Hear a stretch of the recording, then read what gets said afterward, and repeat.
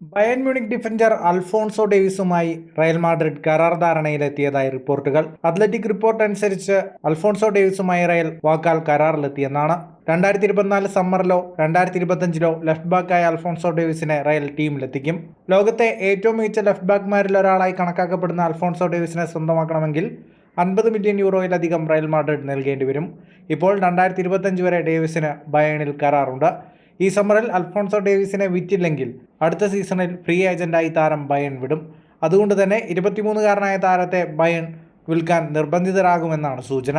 Real chief scout കലാഫറ്റിന്റെയും director general Jose Angel സാഞ്ചസിന്റെയും നേതൃത്വത്തിൽ കുറച്ചു കാലമായി ഡേവിസിന്റെ ക്യാമ്പുമായി ബന്ധപ്പെട്ടിരുന്നു. കൂടാതെ ബയണുമായുള്ള കരാർ പുതുക്കരുതെന്ന് ചർച്ചകളുടെ തുടക്കം മുതൽ അദ്ദേഹത്തോട് ആവശ്യപ്പെടുകയും ചെയ്തു. ഇതിനിടയിൽ ബാഴ്സലോണയും പ്രീമിയർ ലീഗ് ക്ലബ്ബുകളും താൽപ്പര്യം പ്രകടിപ്പിച്ചിരുന്നുവെങ്കിലും ഡേവിസിന്റെ മുൻഗണന റയൽ മാഡ്രിഡിലേക്ക് മാറുക എന്നതാണ്. 2019 ജനുവരിയിൽ MLS ടീമായ വാൻകൂവർ വൈറ്റ് ക്യാപ്സിൽ നിന്നാണ് ഡേവിസ് ബയണിലെത്തുന്നത്. ക്ലബിനായി ഇതുവരെ 180 മത്സരങ്ങൾ കളിച്ചു. 5 തവണ ബുണ്ടസ്ലീഗ കിരീടം നേടി. 2020 ചാമ്പ്യൻസ് ലീഗ് നേടിയ ടീമിന്റെ ഭാഗമായിരുന്നു. ഈ സീസണിൽ ബയണിനു വേണ്ടി 27 മത്സരങ്ങളിലും കളിച്ചു. ഇതിൽ നിന്ന് 1 ഗോളും 3 അസിസ്റ്റുകളും താരം സ്വന്തമാക്കി. ഫുട്ബോൾ ലോകത്തെ കൂടുതൽ വാർത്തകൾക്കും വിശേഷങ്ങൾക്കുമായി സ്പോർട്സ് കഫേ ഇപ്പോൾ തന്നെ സബ്സ്ക്രൈബ് ചെയ്യുക.